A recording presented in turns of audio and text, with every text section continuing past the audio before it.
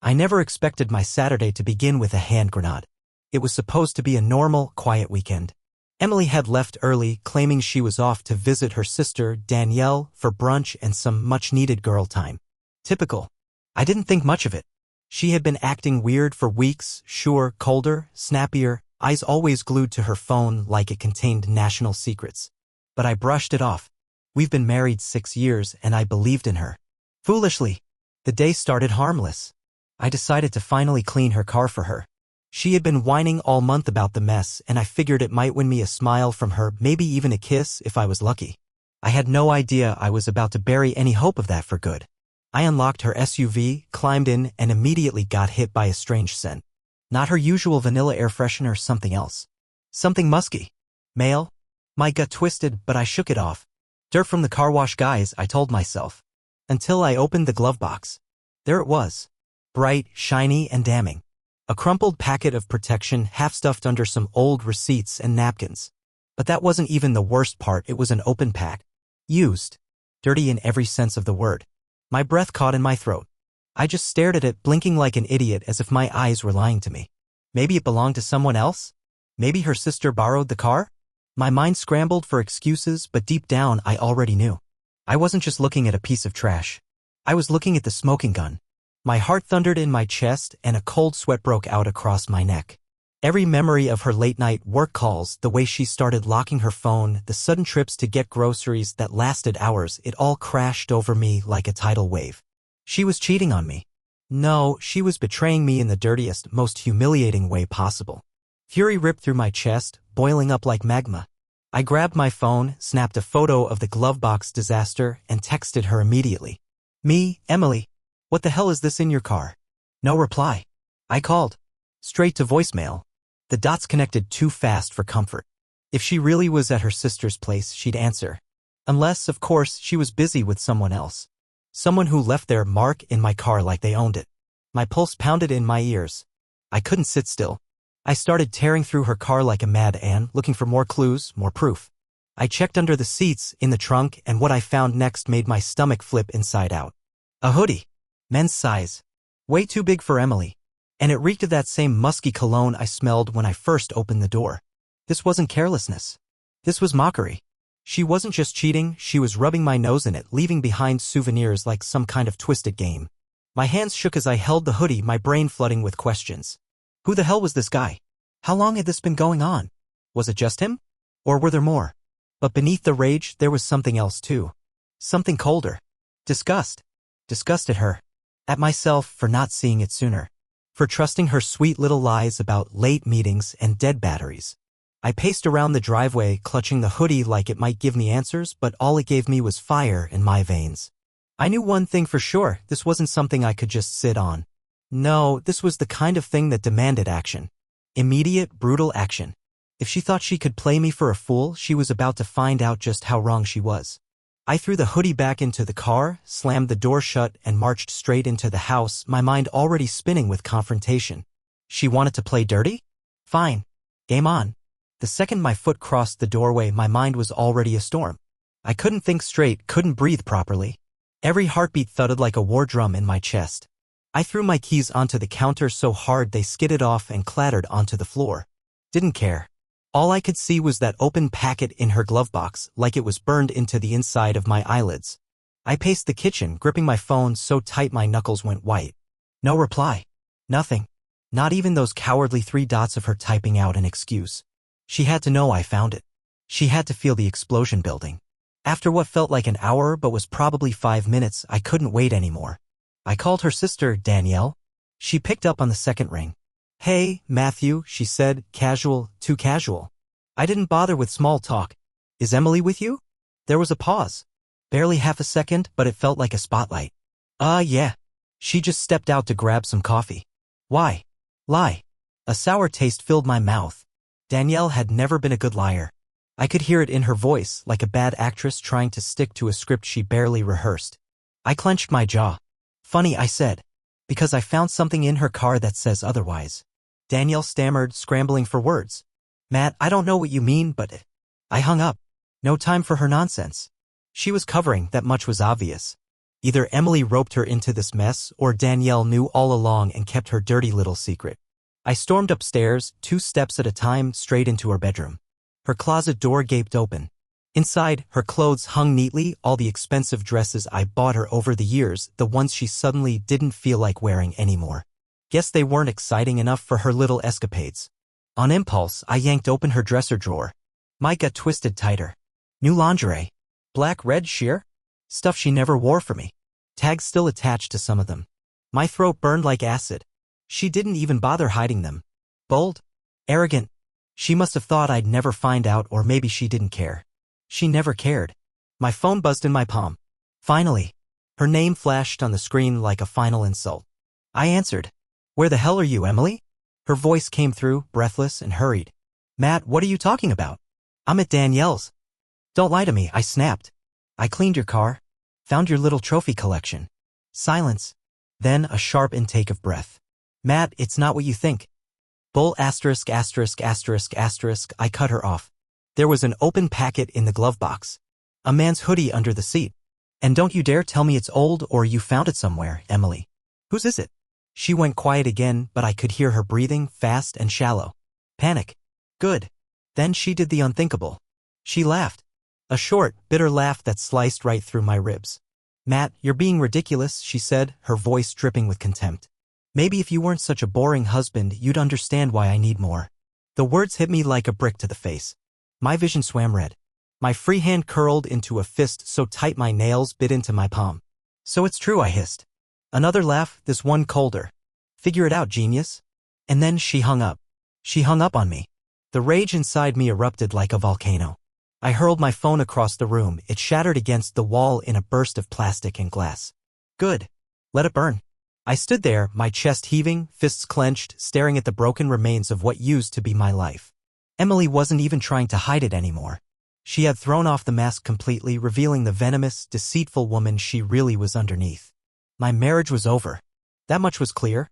But this wasn't going to end quietly.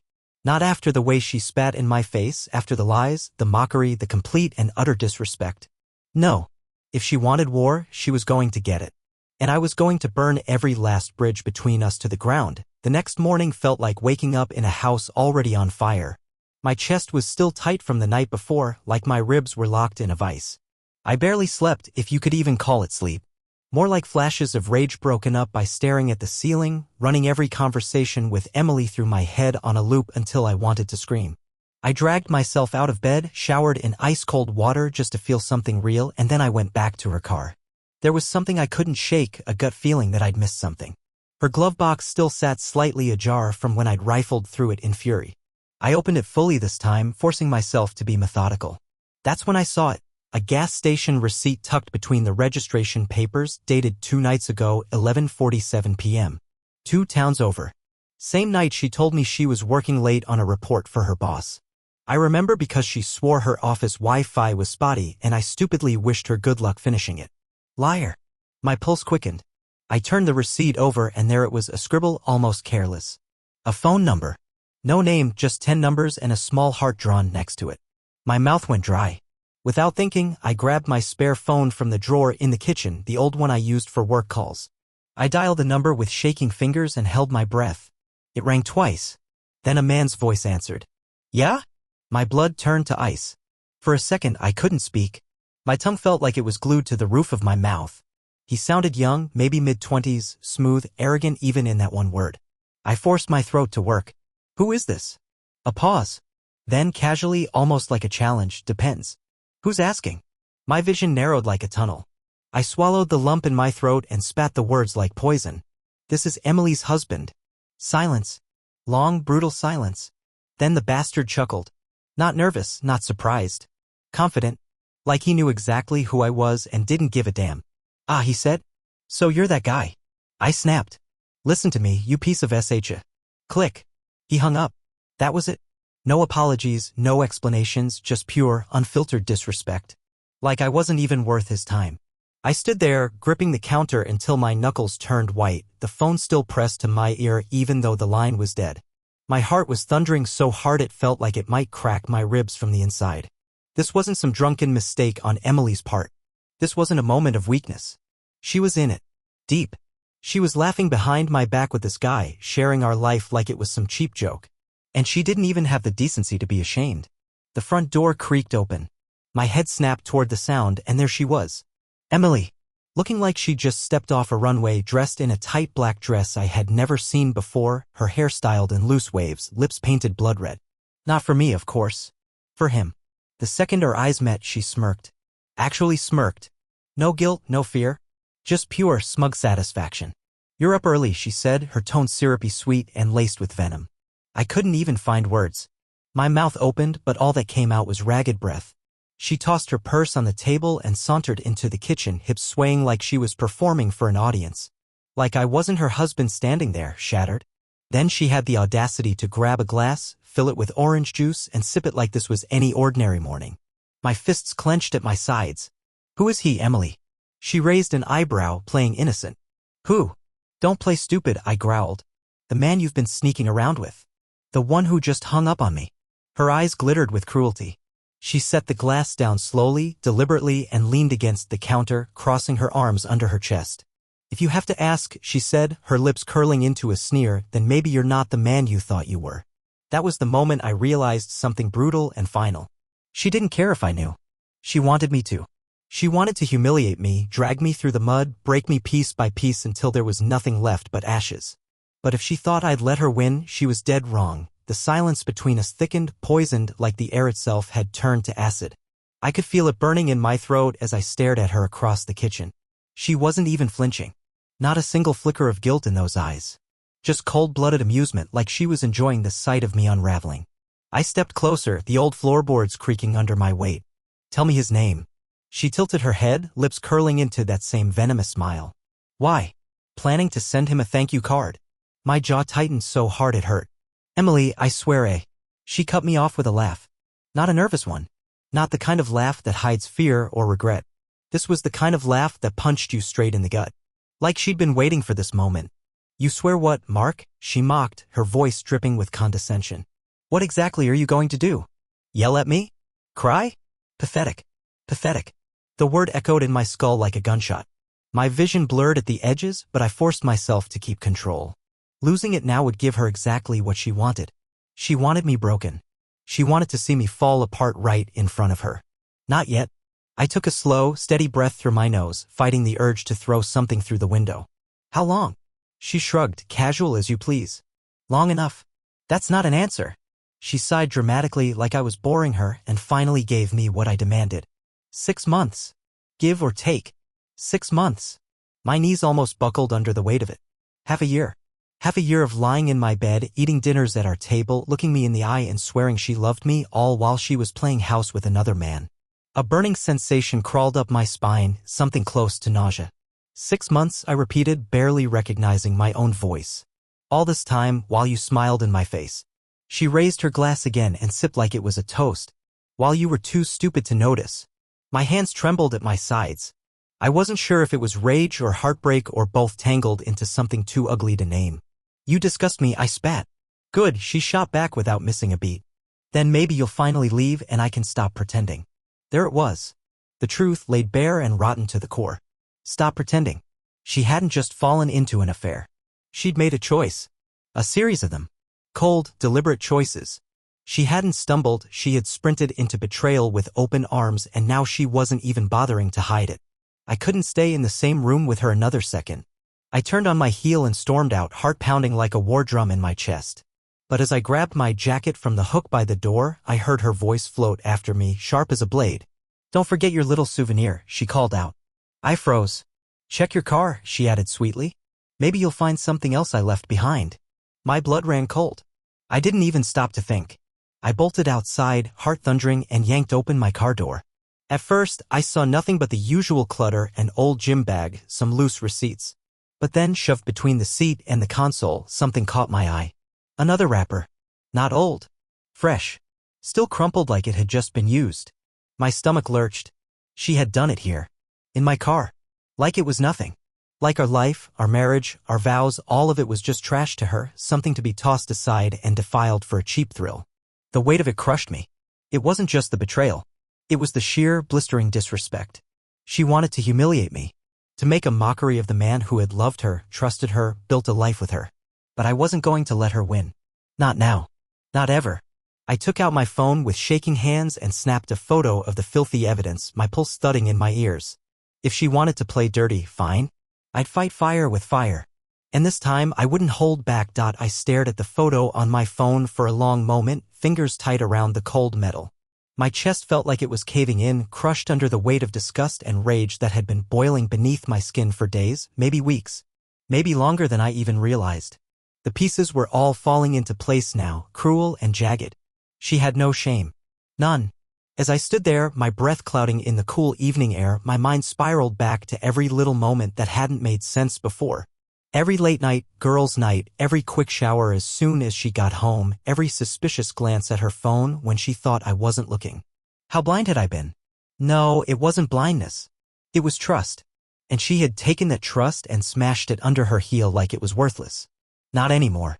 I slammed the car door shut hard enough to make the whole frame shake and marched back into the house. She was still in the kitchen, leaning against the counter with her arms crossed, wearing that smug little grin like she owned the world. Like she had already won. You're really not done yet, she sneered as I came back inside. Figured you'd be crying at your mommy's house by now. Her words hit me like barbed wire, but I didn't flinch. Not this time. I had something sharper in my hands. Without a word, I shoved the phone in her face, the photo of the crumpled wrapper bright on the screen. You're done, I said coldly. You're ing done. She snorted, actually snorted like this was some joke to her.